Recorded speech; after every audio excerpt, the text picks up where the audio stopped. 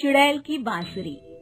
एक सुहाना सा दिन होता है और मगन, रामलाला, चंदन, राजन, तपन और गोलू के पापा गांव के बरगद के पेड़ के नीचे बैठकर अपनी शाम की गपशप कर रहे हैं।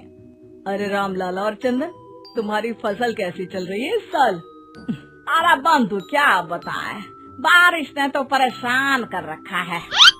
सही बात, बारिश की कमी ने दिमाग खराब कर दिया है। सरपंच गांव वालों के लिए एक खबर लेकर आता है। अच्छा मेरे गांव के भाइयों, सुनो जरा।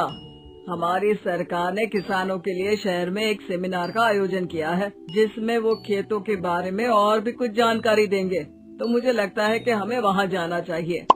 सरपंच जी, मेरे खेतों में कीड़ों ने परेशान कर दिया है, उसके लिए कुछ जानकारी मिलेगी क्या? बिल्कुल, तुम्हारे खेतों के बारे में तुम्हें सारी जानकारी देंगे। बोलो, तुम तीनों को जाना चाहिए, बहुत फायदा होगा तुम्हें उससे। ये कहकर सरपंच वहाँ से चला जाता है और तीनों सोचते हैं कि वो शाम के वक्त मैदान पर मिलेंगे और वहीं से रवाना हो जाएंगे।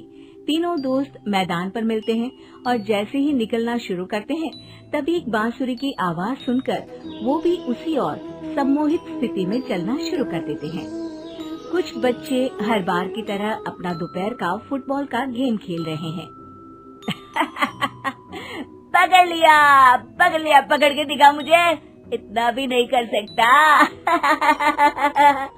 अच्छा, कितना भागेगा? आखिरकार तो मेरी पकड़ में आ ही जाएगा। हाँ, तुझे पता नहीं तपन, राजन कितनी तेज दौड़ लगा सकता है। खेलते खेलते अचानक से एक बांसुरी की मीठी आवाज सुनाई पड़ती है। सारे बच्चे उसका पीछा करने लगते हैं।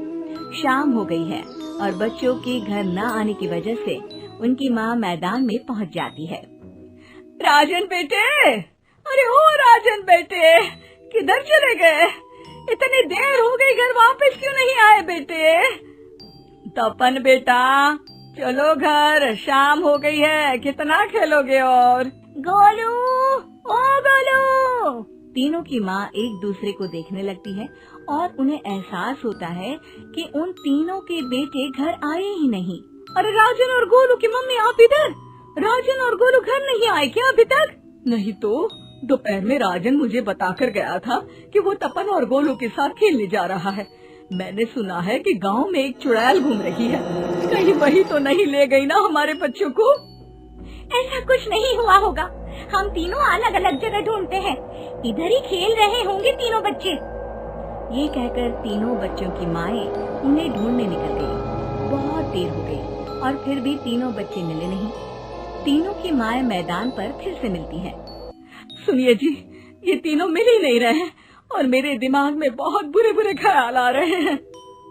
आप चिंता मत कीजिए, हम सरपंच से जाकर बात करते हैं, वो हमारी मदद करेंगे। गोलू की माँ सही कह रही हो, चलो चलते हैं।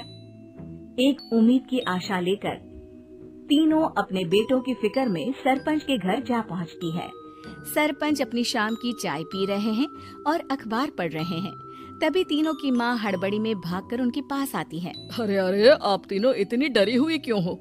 क्या हुआ? ऐसी क्या बात हो गई? तिवारी जी, हमारे लड़के दोपहर से खेलने गए हैं और अब तक लौटे नहीं हैं।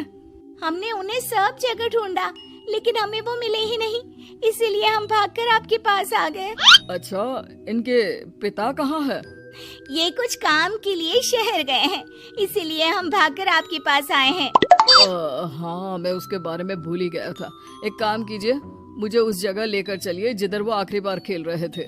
सरपंच घर से एक डंडा लेकर तीनों के साथ मैदान की ओर निकल पड़ते हैं। तीनों मैदान पर पहुंच जाते हैं और उन्हें ढूंढने के लिए कुछ सुराग खोजना शुरू करते हैं। आपको कोई ऐसी जगह पता है जहां ये तीनों साथ में मिलते हैं? नहीं जी, ऐसी तो कोई जगह नहीं पता। अचानक से वही बांसुरी की आवाज आना शुरू हो जाता है और सरपंच सम्मोहित होकर उस आवाज की तरफ जाना शुरू कर देते हैं। अरे तिवारी जी, आप ठीक तो हैं? कहाँ जा रहे हैं? अरे ओ तिवारी जी, वो हमें सुन नहीं पा रहे हैं क्या? सरपंच बांसुरी की धुन में झुककर उसी दिशा में आगे बढ़ रहे थे। ये आवाज कैसी? ऐसा लग रहा है कि कोई बांसुरी बजा रहा हो। हाँ, सरपंच जी भी उसी दिशा में जा रहे हैं। सरपंच का पीछा कर तीनों मैदान के टूटे हुए बंगले पर पहुंच गए और सरपंच के पीछे दरवाजे के अंदर घुस गए। तीनों बंगले के अंदर झांकते हैं तो देखते हैं कि बहुत अच्छे से संभाला गया है बंगला। उतने में एक हंसी की आवाज आती है। मेरी बांसुरी, तूने मुझे आज तक कभी तंग नहीं किया।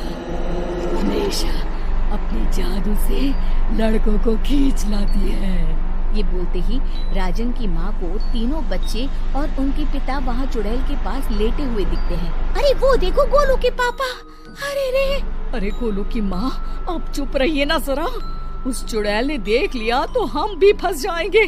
इन्हें बचाएगा कौन? लगता है ये शहर गए ही नहीं और इस चुड़ैल ने इन सबको भी यही बुला लिया है। अब हमें इन्हें छुड़ाना होगा। एक काम करते हैं। राजन की मम्मी गोलू और तपन की मम्मी को एक प्लान बताती है। बिल्कुल सही कह रही हो राजन की मम्मी। चलो आज इस चुड़ैल को मजा चखाते हैं। तीनों माएं अपने छुपने की जगह से बाहर निकलती हैं और एक्टिंग करना शुरू कर देती है। ये तो बढ़िया है। अब इसका असर औरतों पर भी हो रहा है। वाह जी वाह। तीनों माएं चुड़ैल की थोड़ा करीब आती हैं। राजन और गोलू की माँ चुड़ैल को पकड़ लेते हैं और तपन की माँ बांसुरी हाथ से पकड़कर तोड़ देती है। अरे पागल औरत, ये क्या कर दिया?